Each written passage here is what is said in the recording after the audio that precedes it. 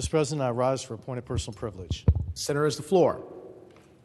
Mr. President, on October 13, 2020, the notorious Virginia Parole Board, which has the full support of the administration, decided to grant parole and release from prison a 48-year-old convicted murderer and sexual offender, Gregory A.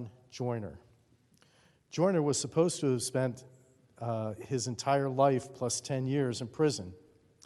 But as I have highlighted countless times in the past, when a criminal is sent to prison for life here in Virginia, well, it doesn't really mean life, or 2 lives, or 3 lives, plus 118 years. Not under this parole board, not under this administration, at least.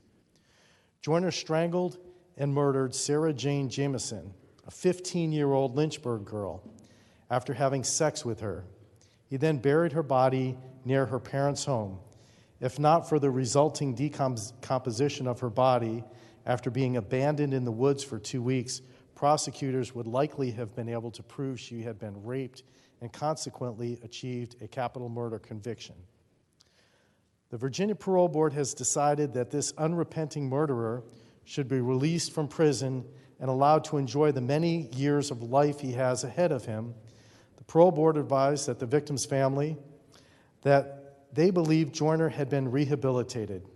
It's clear to me, and it's clear to the victim's family, that Joyner deserves to be punished for his heinous violent crime that stole the life of this young girl and shattered the lives of her loving family and so many in Lynchburg. I find it curious how in June of 2017, the Parole Board denied parole for the stated reasons: Joyner's history of violence, his extreme criminal record, and due to the serious nature of his criminal offenses.